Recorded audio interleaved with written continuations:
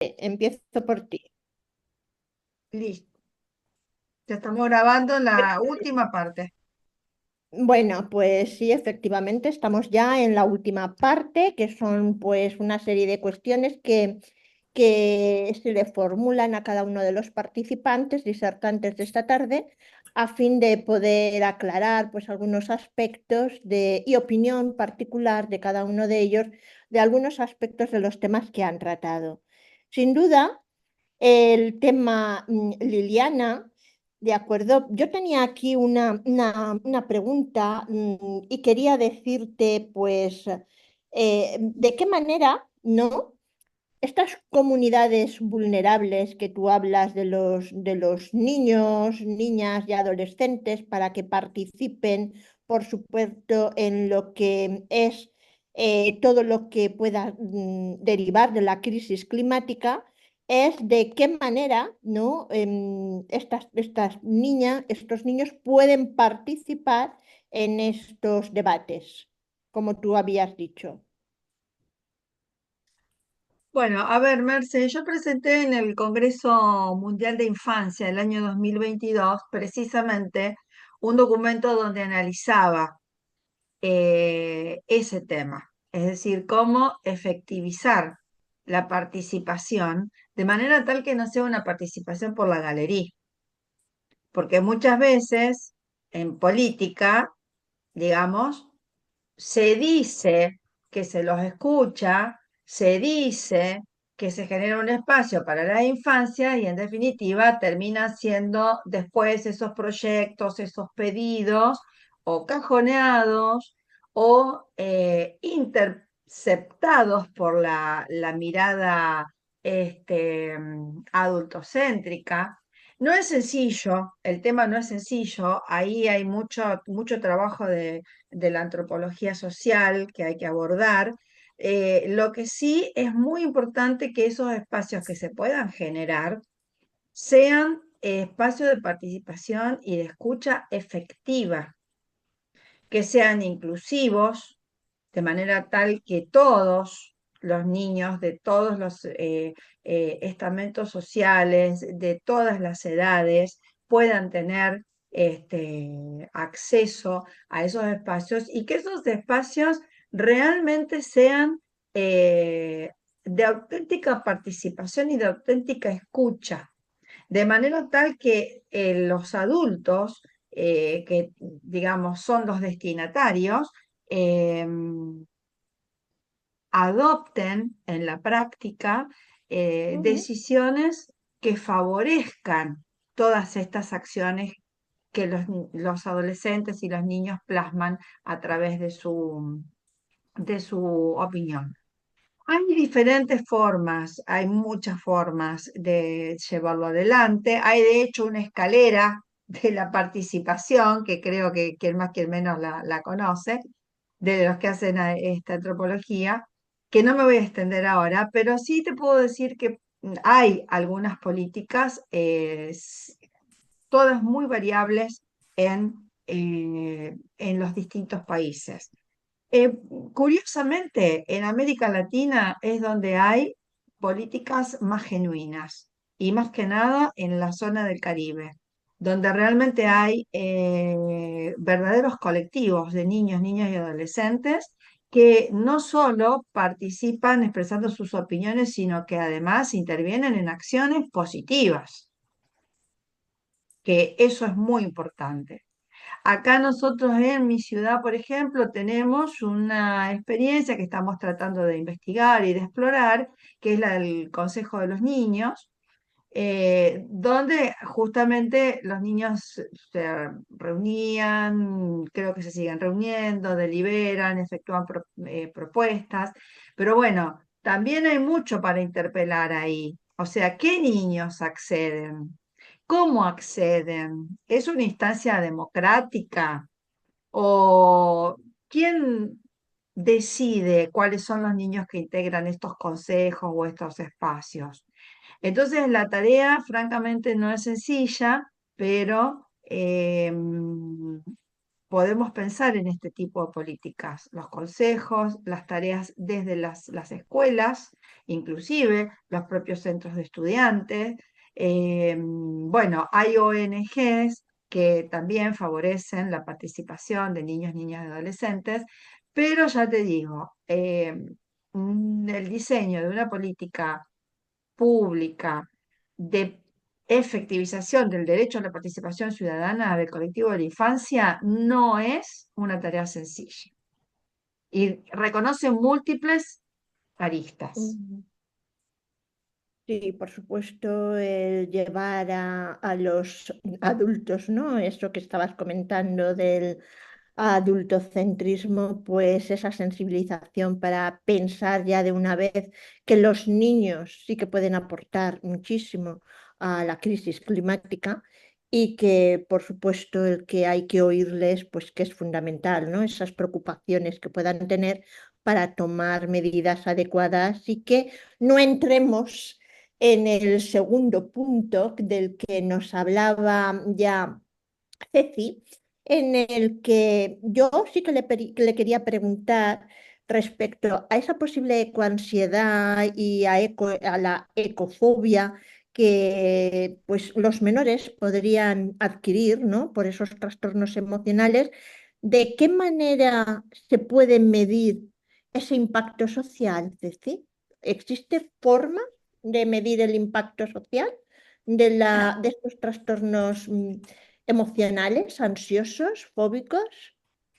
Sí, sí, no, no están todas legitimadas en tanto existentes. De hecho, mencionamos que la segunda tenía un reconocimiento de la Organización Mundial de la Salud y se había medido su incremento después de la instancia de aislamiento.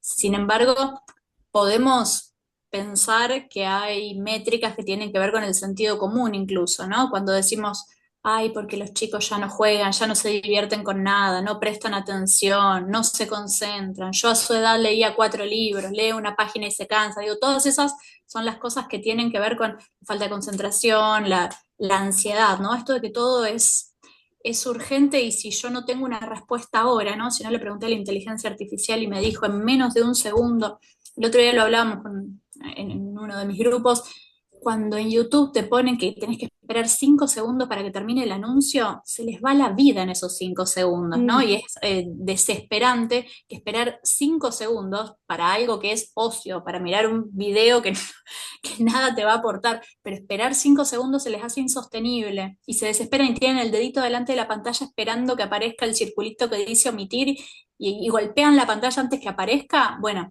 porque no, los ritmos biológicos son otros, los ritmos del planeta son otros. Y esa velocidad la vamos notando en eso. Después, ¿por qué los docentes no pueden ser efectivos en el aula? Y porque el docente va a un ritmo humano, ¿no? No lo puedo poner en por dos, lo que me está diciendo la profesora. No puedo saltearlo, frizarlo. Y todo eso nos tiene acostumbrados a una vertiginosidad que no es biológicamente saludable. De hecho, esto también, ¿no? De tener la posibilidad de estar participando de reuniones en distintos países del mundo, ¿no? Acá hace rato éramos 3 países conversando. Esto hubiera llevado otra logística hace unos años, ¿no? Mm, Una mm, gestión de mm. aviones, una organización de agenda, también un impacto ambiental y una huella de carbono grosera, ¿no? Pero son Ya. cuestiones que ahora podemos decir, nos vamos a hacer una reunión con gente de España, doble clic. Nos vamos a reunir con el vecino de la vuelta, doble clic. Entonces, el día que un chico se tiene que ir a la casa del amiguito que queda a 15 cuadras, se le hace eterno.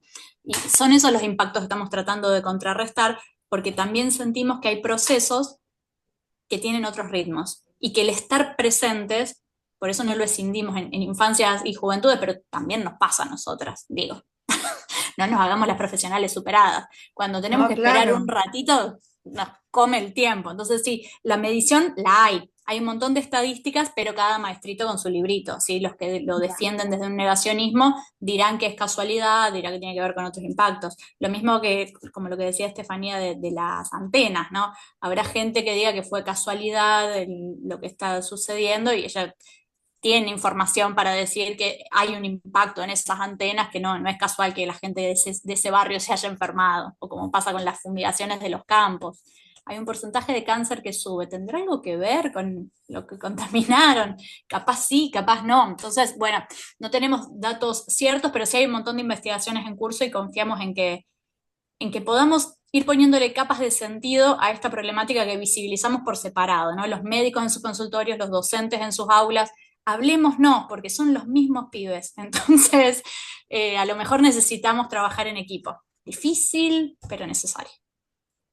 Seguro que sí, se necesita muchísimo trabajar en equipo y compartir, ¿no?, esas inquietudes y esos conocimientos que cada área puede proporcionar. Y entre ellas, pues también tenemos un área importantísima como son los medios de comunicación, cuya labor también es fundamental en transmitir, ¿no?, esa información y, por supuesto, apaciguar esa ansiedad que pueden sufrir, ¿no? No ser alarmista, sino asumir el riesgo que hay, pero, pero con cabeza, sentido común, que a veces es el único sentido que no existe, ¿no? En muchos, como se decían. Pero bueno, muchas gracias, Ceci. Sí que pasaba, tenía una pregunta para cada una, para Marta. A mí me ha llamado muchísimo la atención, Marta, así que me gustaría preguntarte, la ley Yolanda, ¿no? ¿Cómo puede incorporar la perspectiva de género en esa problemática ambiental que tú comentas durante las capacitaciones?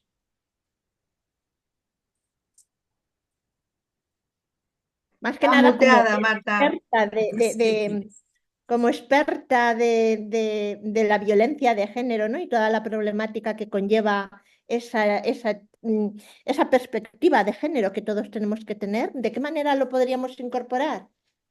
Eh, Justamente, a ver, justamente digo, estoy pensando, ¿no? Pensando, tratando de hilvanar estas cuestiones, ¿cómo? Porque uno dice perspectiva de género y dice, bueno, ¿y dónde podemos, que es tu pregunta, dónde podemos incorporarla en esas capacitaciones para, bueno, yo por eso marqué como primer cuestión de formativo, por qué está en la ley el nombre de una mujer como primer cuestión, que no pudimos pasarlo, por eso lo van a ver cada uno en su momento y con su tiempo, porque la historia de dónde ella viene y cómo ella lo piensa, ya esa es una perspectiva diferente a un sistema patriarcal, desde dónde ella piensa contribuir desde este lugar.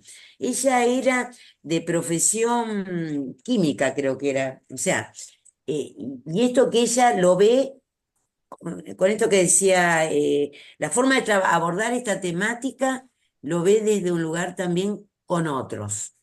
O sea, no como cuestiones individuales, sino enlazado. Y esto creo que es una perspectiva de género para resaltarla, ¿no? Es una mirada que por ahí no aparece y que creo que las mujeres en general tienen esa cuestión del lazo, del entramado, y ella lo plantea también de ese lugar, ¿no? Eh, y otra cuestión, el cómo. Primero eso, enfatizar, poner sobre la mesa lo que no es visible en contexto, en su momento y en este contexto actual.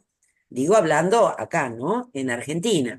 Ujú. Eh, y ponerla, hacerla visible. ¿Qué es lo que pretendía esta mujer? ¿Qué es lo que hizo esta mujer? ¿Y en qué puede contribuir a esta problemática que estamos hablando, ¿no? Hoy. Eh, y la cuestión, yo también le hilvano siendo los derechos de niñas, niñas y adolescentes, para ir a esa especificidad, las niñas, ¿no es cierto? Las niñas y diversidades, que desde el comité y generalmente en todas las normativas que tenemos o a nivel nacional o internacional, los grupos vulnerabilizados por estas interseccionalidades que hay, pobreza, género, ante una problemática como el ambiente, son las más padecientes y donde más hay que poner el foco cuando uno hace o una política, por supuesto con la participación, eso como protagonismo, que fue tu tema, Lili, que veo que el que abordaste y yo no pude escuchar, pero desde ese lugar, fundamental, ¿no es cierto? La voz para el diseño de políticas, para ver cómo se llevan adelante y que no seas un como sí. Eh, Y me parece que esta mirada y esa perspectiva, y también ver que ahí es donde son los más padecientes, porque justamente cruzado por la pobreza, por los conflictos, por las guerras, por otras desigualdades que en una situación de problemática del ambiente, vamos al caso que nos traía Estefanía, esta cuestión de los más padecientes son estos grupos, y entre esos colectivos están las mujeres, digamos, porque son el impacto, como ya vienen con desigualdades, entonces hay que buscar el modo de cómo ahí el Estado como principal garante, pero toda la comunidad pone foco ahí, digamos, no es todo igual. O sea, no es todo igual ¿Permiten por una las cosas. pequeña intervención, Marta? Sí, sí. Va, es lo Esto que bien, me surge, no, discúlpame, sí, es muy Mercedes, es lo que me interesante, surge ante tu pregunta, no digo es que muy sí esté interesante la tapada la respuesta. pregunta. ¿Sabes por Claro, qué? Porque yo, mira, lástima, no tengo acá todavía los chats, pero fue una de las primeras cosas que debatimos con Ceci cuando empezamos a escribir el artículo, porque yo había metido la la perspectiva. cuestión de género. Y bueno, nos pusimos a ver los ODS y claro, y Ceci dice, pero es too much, niñez y Perspectiva de perspectiva de punto. género. Y la verdad es que fue uno de los primeros debates riquísimos que tuvimos con Ceci, porque yo le agradezco a Ceci el tema justamente de haber aprendido la escritura colectiva, ¿no? Lo de Claro. tener una idea y después recortarla y después rearmarla de a dos y después desarmarla. Sí, sí. Fantástico. Y realmente ese fue, creo yo, el primer gran intercambio que tuvimos. Porque a Mira, mí me había impactado fuertemente una cuestión vinculada con las mujeres de América Central, donde sí hay una estadística hecha, no recuerdo ahora exactamente en qué página lo había consultado, donde hay una estadística que registra que la tarea del cargado de agua ujú, a la comunidad está a cargo de las mujeres ah, ah, y cómo justamente el tema de las sequías, el tema de la contaminación de agua, e impacta en la mujer precisamente por la cantidad de kilómetros que tienen que caminar para ir a buscar el agua potable para su comunidad. ah. Entonces, bueno, yo lo había incluido porque a mí ese dato me impactó y realmente, Merce, creo que da para hacer un tratamiento aparte, el Otra, tema Sí. ¿eh? de Otra, la otra. perspectiva de género y la crisis ambiental. Y es interesante, mirá, Mercedes, porque a mí también me llamó, bueno, son todas construcciones que se van haciendo desde que el comité también va construyendo y deconstruyendo, que marca en casi todos los puntos y la perspectiva de género.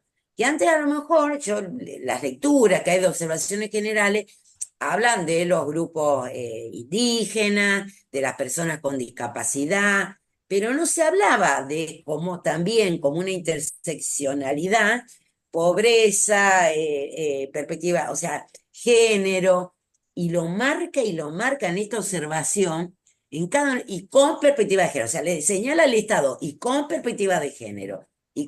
Porque inclusive ahí da como ejemplo, claro, en los conflictos, porque esto que genera también, inclusive con la violencia que puede haber sobre los niños y sobre las mujeres, ¿no es cierto?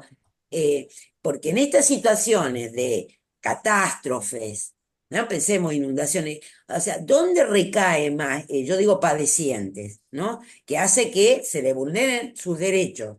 Ya vienen en un desnivel, digamos, ¿no? En esta cuestión de, del género, ¿no? Venimos todavía en un desnivel en el sentido que no hay equiparación en los accesos a los derechos, hablando de cuestiones de género. Entonces, con esta situación, ante esta problemática, bueno, donde más recaen las consecuencias, los impactos, es justamente entonces donde más hay que poner el ojo. Entonces, en estas capacitaciones, yo creo que yo me planteo, por supuesto, hay que ver después los procedimientos, cómo es poder internalizar desde primero visibilizar, ¿no? La pregunta es, ¿por qué no se hablaba? ¿Por qué no sabíamos? ¿Por qué? ¿Por qué? Bueno, eso tiene un sentido también. Cuando son autoras, cuando son personas que han contribuido a la humanidad y no se las conoce, ¿no? Como Perdón, puede pasar chicas, con es las... muy odiosa mi intervención, pero Sí, estoy viendo que sí, ya. nos quedan Pero me 5 encantó, minutos. Mercedes, Te me encantó perdonamos, para... siempre igual. Hablaremos, Marta, porque es un tema interesantísimo y por supuesto no quiero dejar a A Estefanía Estefanía. sin Me hacerle hizo una la pregunta, pregunta, la sin hacerle, pregunta. claro, claro. Hay una, Estefanía, que sí que me gustaría saber, pues a ver si más o menos compartimos las mismas ideas. Y es sobre las posibles estrategias de tipo preventivo, porque hablábamos de la prevención, que se puedan implementar en relación a esas radiaciones no ionizantes en un entorno urbano, ya no el entorno no urbano, sino urbano, urbano. Mira, Merce, a mí lo primero que se me ocurre, primero como es lo que hablábamos un poquito, que hablaba Liliana, de la participación ciudadana, de niños, de los colectivos sociales, sobre todo de la participación ciudadana en general. Me parece que ahora, por ejemplo, en la localidad donde yo vivo se hace una audiencia, pero es una audiencia no vinculante. Ujú, Lo que sería bueno que sea vinculante, me parece, porque es un tema muy sensible. Y, por ejemplo, hay estudios de los poquitos que encontré de la Universidad Nacional de La Plata, que hicieron relevamientos con animales y personas que estaban muy cerca de antenas, por ejemplo, en este caso. O de sondas de radiaciones no ionizantes, que son el ujú, microondas, el teléfono celular, bueno, que tenemos todos los días cerca. Y donde se veía en corto plazo un cambio en los tejidos y no en las moléculas, sino en los tejidos, era cuando tenías una proximidad de 20 centímetros y estabas mucho tiempo. El problema es que se están instalando antenas en lugares totalmente cercanos a la población, como plazas, donde tenemos niños, donde los niños son un colectivo súper vulnerable, donde no tienen la misma capacidad, me parece, que un adulto. Eh, entonces, me refiero a la capacidad orgánica, ¿no? A la exposición, ¿qué puede hacerles a niños la exposición?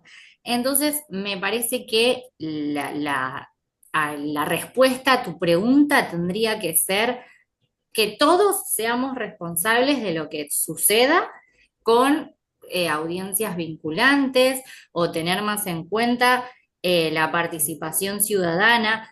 Pero aparte, me parece que no es necesario la instalación en lugares tan públicos o con tanta exposición, teniendo otros un poco más alejados o en altura que harían otro impacto, me parece. Si lo que buscamos es la lejanía, tendríamos que utilizar otros métodos. Ujú. sí, estoy totalmente de acuerdo contigo, Estefi, sobre todo esa participación ciudadana en obtener un poco más de conocimiento acerca de ese daño futuro, ¿no? Y prevenir ese posible daño, que sí que se están llevando a cabo estudios y ya se conoce, porque ya tenemos estas antenas desde hace tiempo y por lo menos en los últimos 15 años sí que se ha podido ver a nivel del sistema nervioso central, alteraciones Sí. que se ponen, se vinculan a estas radiaciones no ionizantes. Muy interesante también. Yo me pasaría hablando también de este tema de las radiaciones Y muchísimo otra tiempo, cosa que pero modifica